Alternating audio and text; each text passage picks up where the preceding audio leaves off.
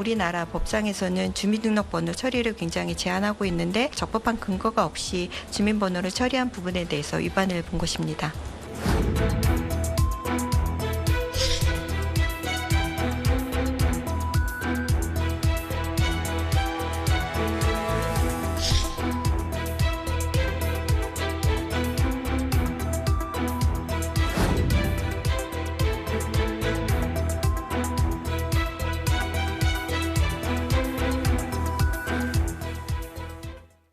네, 월 평균 700만 명가량의 한국인이 이용하는 중국 온라인 유통업체 테무가 한국 이용자들의 개인정보를 중국 등의 해외 업체에 무단으로 넘긴 사실이 밝혀져서 국민들의 불안이 커지고 있습니다.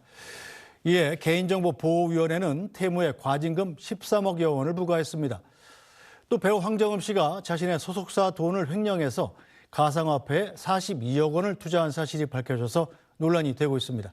관련 내용 양지민 변호사와 자세히 짚어보겠습니다. 변호사님 어서 오세요. 안녕하세요. 네, 알퇴쉬라고 약칭으로 불렀었죠. 알리테무 쉬인.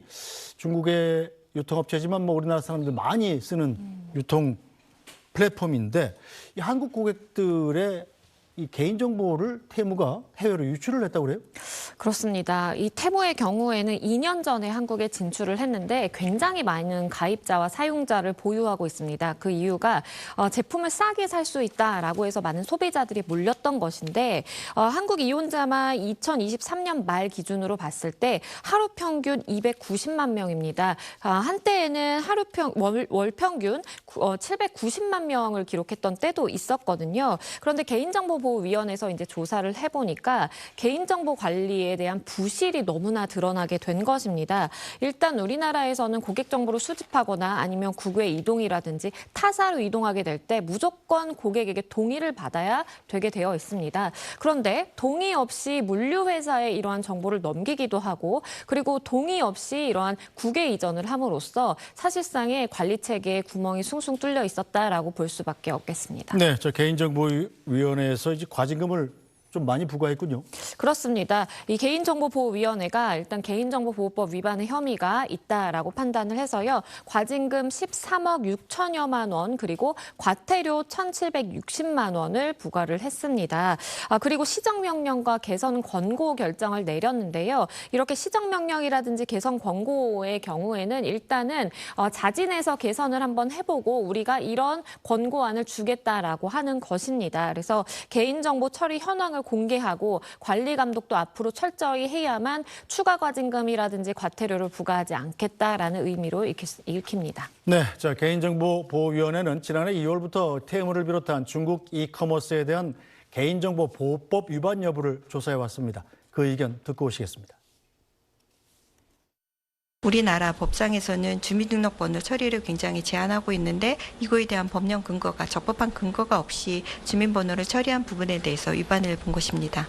해외 사업자도 우리 국민의 개인정보를 처리하거나 또는 우리 국민을 대상으로 뭔가 서비스를 제공할 수 있을 경우에는 우리 보호법을 준수해야 된다라는 점을 다시 한번 강조하고 싶고. 네, 자 테무가 그럼 이 이용자들의 정보를 해외에 어떤 정보를 넘겼다는 거죠? 일단 기본적으로 우리가 물건을 주문하려면 나의 이름이라든지 아니면 주소, 이메일 당연히 이제 입력을 하게 되는데요.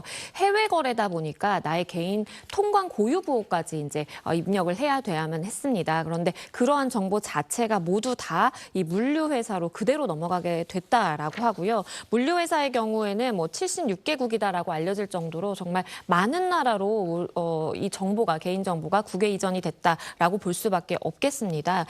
그런 점을 하나도 고객에게 고지는 되지 않았다라고 하고요. 그리고 이용 약관 역시도 넣어놨다라고 하더라도 실제적으로 고객들이 이해할 수 없게 다 만들어놨다라는 것입니다. 이 약관을 보면요. 200자 원고지 기준으로 130매가 나온다라고 합니다. 그리고 별도의 내용을 확인하기 위해서는 다 클릭을 해서 들어가야 되는데 개인정보 약관이라든지 이런 것에 대해서 어느 고객이 그 130페이지를 다 확인할 수 있겠느냐. 이것은 실질적으로 정보를 고객과 공유하거나 아니면 통지하지 않은 것과 같다라고 좀 볼 수가 있겠고요. 그리고 이렇게 개인정보를 수집한 이후에는 그것이 잘 관리되는지 감독을 해야 할 의무가 있는 것인데 이 역시도 전혀 하지 않았다라고 개인정보보호위원회는 봤습니다. 다만 테무가 일부 이러한 권고라든지 시정 명령을 받아들여서 개선한 부분은 인정을 했습니다. 네, 자 게다가 테무는 한국 내 판매자를 찾는 과정에서 이 안면 동영상을 수집하기도 했다고 합니다. 리포트 보고 오겠습니다. 2년 전 한국에 진출한 중국 전자상거래 플랫폼 테무. 회원 가입 절차는 간단했지만 탈퇴는 7단계를 거쳐야 했습니다.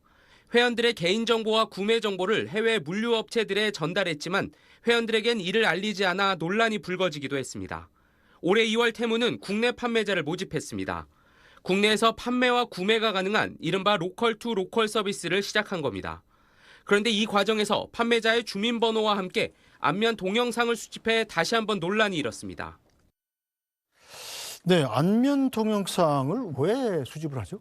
우리가 그냥 봤을 때에는 아니 내 사진이라든지 뭐 동영상이 뭐가 필요할까라고 생각을 하실 수 있겠지만 판매자의 신원 인증이라는 목적으로 이러한 영상을 받아서 충분히 AI라든지 어떤 데이터로 활용할 수 있다라는 것이 전문가들의 이야기입니다. 얼굴 동영상의 경우에는 AI 분석을 통해서 개인 식별이 가능하고 그렇기 때문에 민감한 생체 정보로 보는 것이 맞다라는 이야기고요. 개인정보보호법에 따르더라도 우리 얼굴이라든지 홍채라든지 지문의 경우에는 민감 정보로 분류가 되어 있어서 만약에 유출됐을 경우에는 고위험 단계에 처한다라고 되어 있는 부분이 있어서 사실은 우리가 사진이라든지 동영상 뭐 얼마든지 내가 SNS에도 올리니까 쉽게 공개할 수 있다라고 볼 수 있겠지만 굉장히 추후에는 AI라든지 데이터로 활용하게 될 가능성이 높습니다. 네, 뭐 최근에 이 SKT 해킹 사태로 많은 분들이 불안해했었잖아요. 이번에도 뭐 이용자들의 불안감이 상당하겠는데요. 그렇죠. 말씀드린 것처럼 하루 평균 290만 명이 드나드는 플랫폼입니다. 그런데 우리가 싼 가격에 좋은 물건을 산다라는 그러한 가격적인 가성비가 많이 생각이 됐었는데 이게 나중에 알고 보니까 다 우리 개인정보 보호를 포기한 값이더라라는 이야기들이 많이 나오고요. 그러다 보니까 이제 탈퇴 움직임도 많이 포착이 되고 있습니다. 다만 탈퇴 부분도 말씀드린 것처럼 기존에 7단계였는데 네. 이 개인정보보호위원회가 시정명령을 통해서 조금 간소화하기는 했고요. 하지만 여전히 국내 사이트들과 비교해서는 탈퇴가 어렵다라는 이야기가 나옵니다. 네, 자 테무 측에서 따로 입장을 낸 건 없습니까? 일단 테무 측에서 입장을 밝힌 것으로는요. 개인정보보호위원회의 조사라든지 어떠한 시정 권고에 적극적으로 협조를 하고 임했다라고 이야기를 하고 있고요. 필요한 조치를 취하고 그리고 변경 사항을 잘 적용을 하겠고 앞으로 현지 판매자를 지원하는 데 집중하겠다라고 이야기를 하고 있습니다. 실제로 일부 탈퇴 절차라든지 개인정보 보호 관련 약관이라든지 테무 사이트에 실제 반영이 되기는 했는데요. 아직은 좀 미흡한 부분이 있다라고 판단이 되고 그리고 이 소식이 중국에도 전해져서요. 중국 언론 보도도 나오고 있는 상황입니다. 네, 자 그런데 이게 비단 테무만의 문제는 아니었습니다. 지난해 알리익스프레스도 똑같은 지적을 받았는데요. 잠깐 듣고 오겠습니다.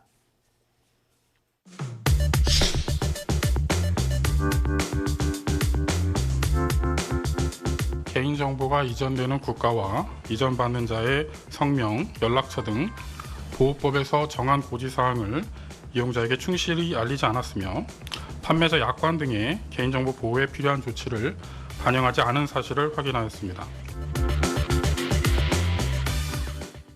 네, 뭐 이때 알리익스프레스도 과징금을 부과받았었죠. 그렇죠. 알리익스프레스도 작년 7월에 과징금 19억 원을 부과받았습니다. 그래서 많은 분들이 그때 당시 이제 알리 사태다라고 하고 기억을 하실 텐데 이번에 테무가 이렇게 늦게 과징금이라든지 과태료 처분을 받게 된 이유가 테무가 본인들의 매출액을 정보를 보내지 않았어요. 그러다 보니까 좀 지연된 감이 있는 것이고 개인정보를 해외 판매자에게 고객의 동의 없이 넘겼다라든지 아니면 탈퇴 절차를 굉장히 복잡하게 했다라든지 영어로만 만들어놔서 실질적으로 탈퇴를 막았다라든지 이런 것들이 테무라든지 알리익스프레스가 너무 닮은 꼴이다라는 비판의 시각이 제기되고요. 양사 모두 과징금이라든지 이런 처분을 받다 보니까 향후에는 조금 개선된 모습을 보여야 될 필요성이 있어 보입니다. 네, 자 중국 이커머스로 인한 국민들의 개인정보 유출이 비슷한 형태로 계속되고 있는 건데 이걸 막을 방법은 없는 건가요? 일단 조금 감독의 사각지대에 놓여 있다라고 볼 측면도 있겠고요. 아무래도 알리 사태 이후에 개인정보보호위원회가 조금 더 집중을 해서 해외 플랫폼들을 타겟해서 지금 이제 조사를 하다 보니까 이러한 허점들이 드러나게 된 것입니다. 그래서 국내 차원에서도 이러한 해외 플랫폼에 대한 관리라든지 감독을 꾸준히 이어가야 될 필요성이 있겠고요. 그리고 국내 대리인이 없었다라는 부분도 큰 문제로 지적이 됐습니다. 그래서 이 부분은 개인정보보호법이 이제 개정이 되어서 반드시 해외 법인의 경우에 국내에서 일정 정도의 고객이라든지 가입자를 확보하고 있다면 이 내부 대리인을 이제 반드시 둬야 되거든요. 그래서 대리인을 통해서 어떠한 법적 조처라든지 아니면 통지, 의사소통이 가능하게 될 것으로 보입니다. 네, 만약에 이렇게 흘러나간 제 개인정보를 때문에 제가 피해를 받게 되면 이것을 태무 쪽에서 보상받을 방법은 있습니까? 법적으로는 충분히 보상을 받을 수 있습니다. 다만 문제는요, 고객 입장에서 테무라든지 알리익스프레스에서 개인정보 유출로 인해 내가 그 피해를 받게 됐다라는 이 연결고리를 입증하는 것이 현실적으로 어려움이 있습니다. 보통 보이스피싱이라든지 아니면 마케팅, 사기, 다양한 방법으로 개인정보가 아니면 금융정보가 활용될 수 있는데 그러한 것을 고객 입장에서 다 입증하기는 결코 쉬운 단계가 아니어서 법적으로는 충분히 받을 수 있겠지만 얼마나 실효성이 있을지는 의문입니다. 자, 테무한테 시정 권고를 했는데 만약에 테무가 이행을 하지 않으면 외국 업체잖아요. 우리나라 정부가 제재할 방법은 있나요? 그렇습니다. 제재할 방법은 충분히 있습니다. 왜냐하면 해외 법인이라고 하더라도 국내 고객들을 대상으로 위법적인 부분이 자행됐다라고 한다면 충분히 추가적인 과태료라든지 과징금 처분 내려질 수가 있겠고요. 여기에 더불어서 이 법이 개정이 돼서 매출의 3%에 달하는 이제 과한 과징금을 충분히 부과할 수 있는 기반이 마련됐기 때문에 테무 측에서도 어느 정도 관리는 필요하다라고 보여집니다. 그리고 심각한 수준에 이른다라고 한다면 개인정보보호위원회에서 정말 접속을 차단한다라든지 원천적으로 차단할 수 있는 방법도 열려는 있기 때문에 과연 어떻게 흘러갈지는 좀 봐야 되겠습니다. 알겠습니다.